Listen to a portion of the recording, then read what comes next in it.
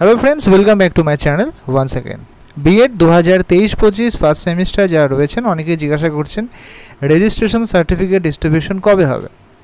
আপনাদের কয়েক মাস আগেই রেজিস্ট্রেশন কমপ্লিট হয়েছে, আরও একবার ইউনিভার্সিটি দিয়েছিল, হয়তো সেই সময় অনেকেই করেছেন এবং যেহেতু আপনারা অনেকেই এর মধ্যে অ্যাডমিট কার্ড পেয়ে গেছেন, আপনাদের পরীক্ষা 23 তারিখ থেকে, তাই অনেকেই প্রশ্ন করছেন যে পরীক্ষার সময় শুধু অ্যাডমিট কার্ড নিয়ে গেলে হবে না রেজিস্ট্রেশন সার্টিফিকেটটাও প্রয়োজন।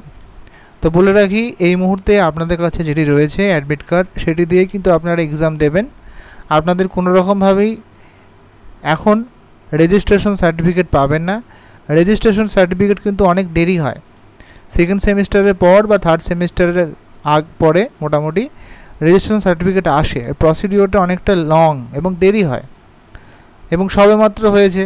এবং আর এটাও জানেন যে এখানে অনেকবার কিন্তু অ্যাডমিশন হয়েছে এই সেশনে 4 থেকে 5 বার, তাই অবশ্যই একটা লং প্রসিডিওর। আপনার কাছে যেটা রয়েছে অ্যাডমিট কার্ড, সেই অ্যাডমিট কার্ডটাই আপনারা পারলে ডবল করে জেরক্স করে নিয়ে যান এবং দেখবেন এক জায়গায় সিগনেচারের জায়গা রয়েছে, সেখান থেকে যিনি পরীক্ষক হলে থাকবেন যে টিচার, অবশ্যই সেই এক্সামিনার থেকে কিন্তু অবশ্যই সিগনেচার করিয়ে নেবেন।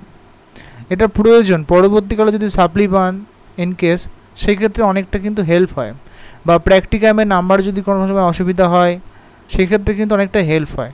তাই অবশ্যই কিন্তু আপনারা এই বিষয়ে একটু খেয়াল রাখবেন যে হ্যাঁ আপনারা কিন্তু অবশ্যই এক্সাম দিয়েছেন থিওরি, সেটা আপনার কাছে একটা প্রমাণপত্র। আপাতত আপনাদের সেকেন্ড বা থার্ড সেমিস্টার পর্যন্ত অপেক্ষা করতে হবে।